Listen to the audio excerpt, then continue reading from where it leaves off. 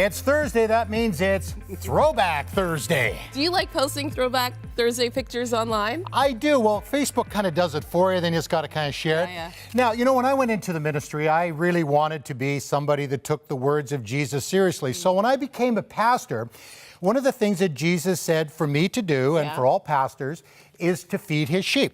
Now, several years ago, I went to Scotland. And maybe I took this a little too far. We're going to show you a photo of... Oh, are you actually preaching? Is that a Bible in your hand? That's a Bible, and I'm preaching to the sheep. Now, you know, and that one's actually listening. He's very intrigued. Attentive. You know, it's interesting because I've got the 4 children. Yes. And they were trying to figure out which one was listening. So was that Matt or was that Sarah? Linnea's kind of the one. Now she's following Jesus strongly, but she's kind of looking back. There are some that are just headed in the different direction. They're like, I don't care what you have to say, Pastor Greg. Yeah, I've had that happen a few times in churches too. Hey, I'm not finished yet. I've been only going for an hour here.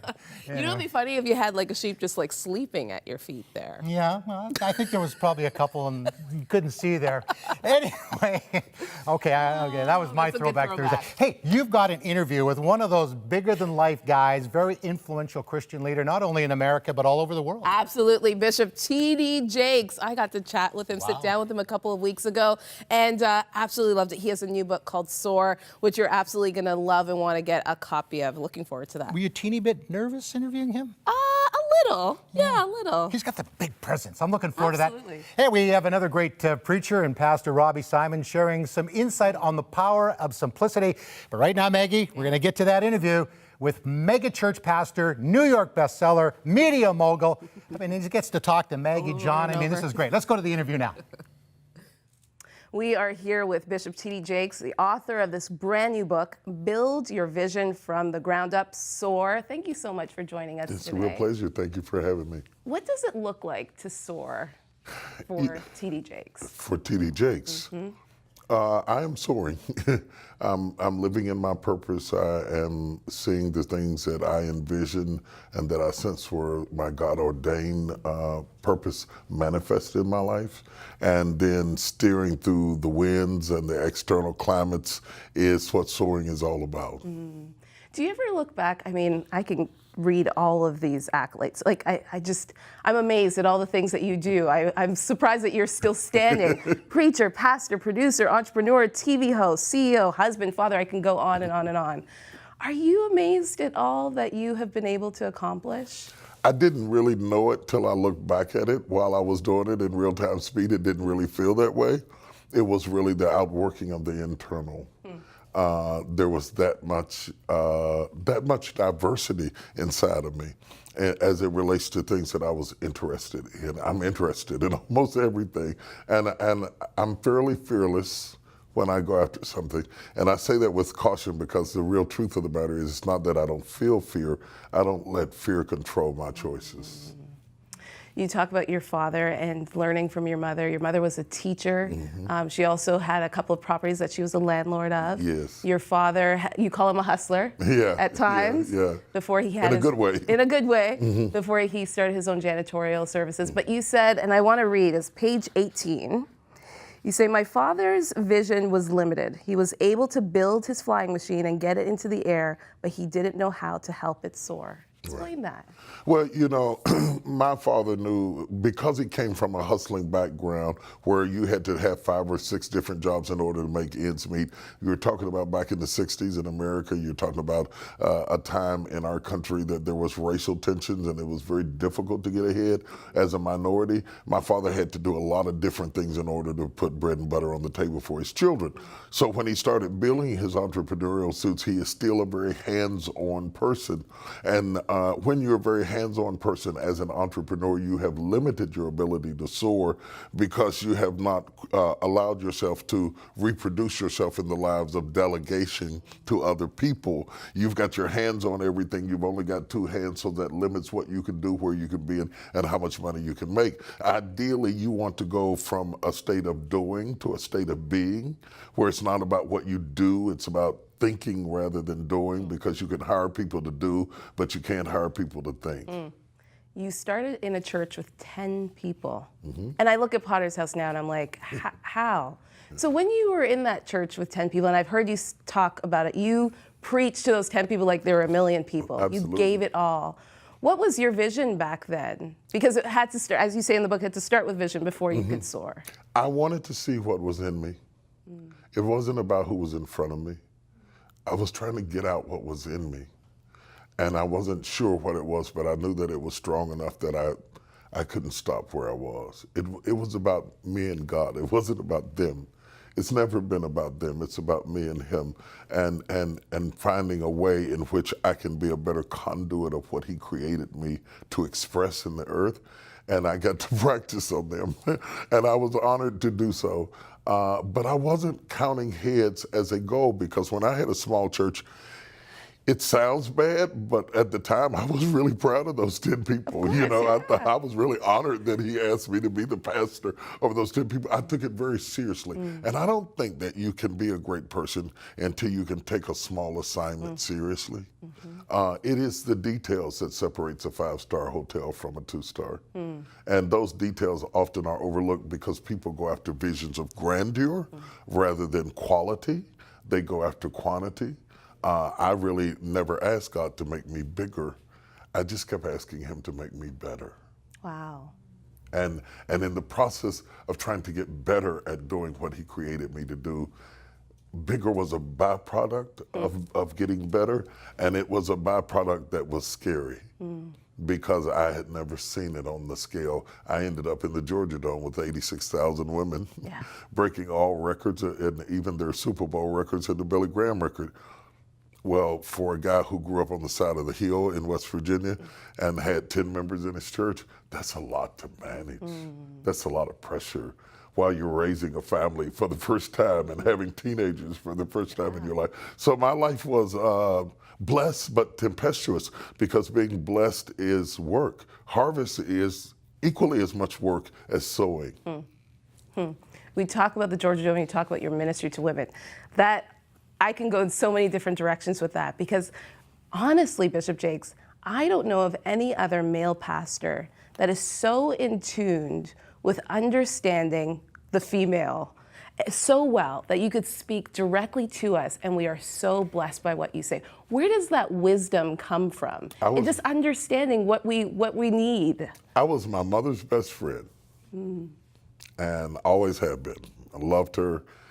She took care of me when I couldn't take care of myself, and in turn I took care of her when she couldn't take care of herself, and she died in my arms. I was not only her baby boy, I was her best friend, her confidant. I knew all of her secrets, I knew everything about her, and I was so enthralled with her intellect and her brilliance that I never had to climb over chauvinism as it relates to respecting the fact that a woman could be beautiful and still be bright.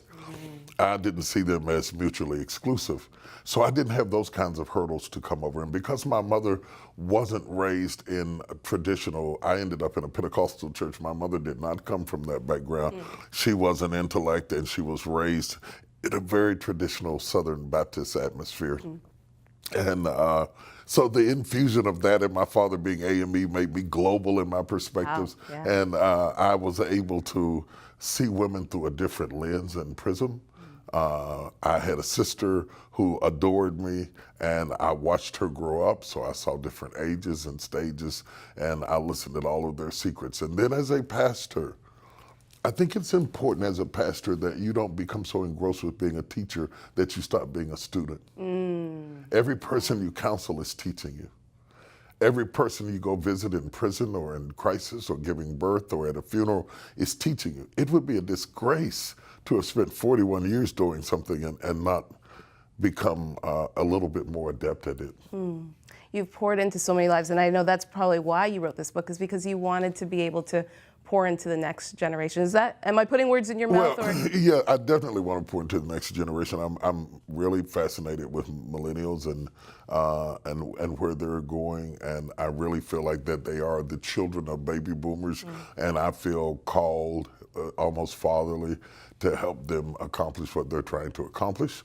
I wrote the book because I see America caught in a quagmire as it relates to relationships between underserved communities and the general populace. I wrote the book because I see a global problem which has provoked terrorism. And as we seek to contain terrorism, I don't think we're going to be well served until we get the underlying causes that creates terrorism in the first place. Whether you're talking about terrorism or whether you're talking about underserved communities in America or Canada, anywhere else, it is when inequities are not resolved, that when we ignore people's pain long enough, they rise up in deplorable ways and do heinous things just to be heard. Yeah. So I wrote this little book to begin a dialogue about entrepreneurship that takes the onus off of outsiders to develop your dreams and brings it back to you. And the book says that it is possible to have meager beginnings and still be incredibly competent and successful. It is not a get-rich book because I'm not here to tell you what your dream is. Your dream might be to be a mother and have 3 children and live on a farm. But I'm telling you that if you're not intentional about your dream, you will never accomplish it, and you will never get it in the air, and it will never soar. You talked about fear at the beginning. How much does fear play a role in people being able to soar, taking flight? I think that fear is an important part of it. For a lot of people, they have the kind of paralysis that is resulted from fear driving their lives and making their choices. And so I don't think that that's a good fear to have, but I do think a certain amount of fear is important. I'm not happy till I'm a little bit scared. I live off the adrenaline of the challenge of being in a fight with something bigger than me. I can find God more clearly when I'm in trouble. Because the Bible said he's a present help in trouble. So if I'm not willing to be in trouble, I'm not willing to be in the company of God because he lives in a place where we are terrified. Our extremities become his opportunities. So I'm really at my best when I'm thrown off of my comfort zone and out into the air where anything can happen. And that's what SOAR is all about, is getting into the air where you find your wings and find out who you are and find out what you can do. And you cannot find that place in safety. What's your advice to the next generation pastors, preachers that are coming up? Don't imitate us. Don't imitate us. Don't imitate Bishop T.D. Jakes. No. Do you. Learn from us, glean from us, but Joshua shouldn't be Moses. He benefited from Moses. God doesn't do encores. Be an original. Find your voice. Find out what's unique about you. Learn from the things I did right and wrong and improve the process, and let's keep it moving. What would you tell the younger T.D. Jakes? Oh, gosh. Get prepared for a world that you could never imagine. Don't prepare for the world you see because you won't be there long. Thank you so much, Bishop. It's been a real pleasure. Oh, it's been a pleasure for us. Thank you.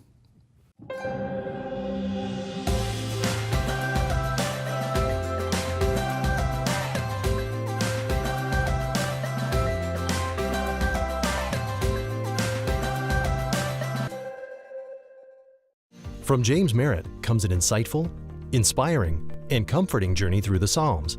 James, we are so excited that you've partnered with Crossroads to offer your new book, 52 Weeks Through the Psalms. Well, I'm honored to be with you as always, and this book is fascinating because in it, you're going to learn how to understand about the provision and the power of God. You're going to learn how to trust in the approachable presence of God, and most of all, you're going to be able to grow in your joyful response of God. We're going to have a great time. As you begin a new year, Crossroads encourages you to embark on weekly readings in the Psalms. To make it easy and most meaningful, we'd like to give you a complimentary copy of this new book, 52 Weeks Through the Psalms, when you make your January gift to support 100 Huntley Street and Crossroads' unique media mission. We're waiting to hear from you, so call now, 1-800-265-3100, or make your donation at crossroads.ca/donate.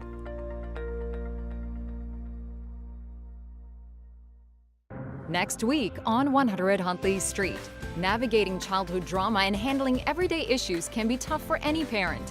Parenting expert and seasoned stepmom Laura Petherbridge gives practical advice and insight.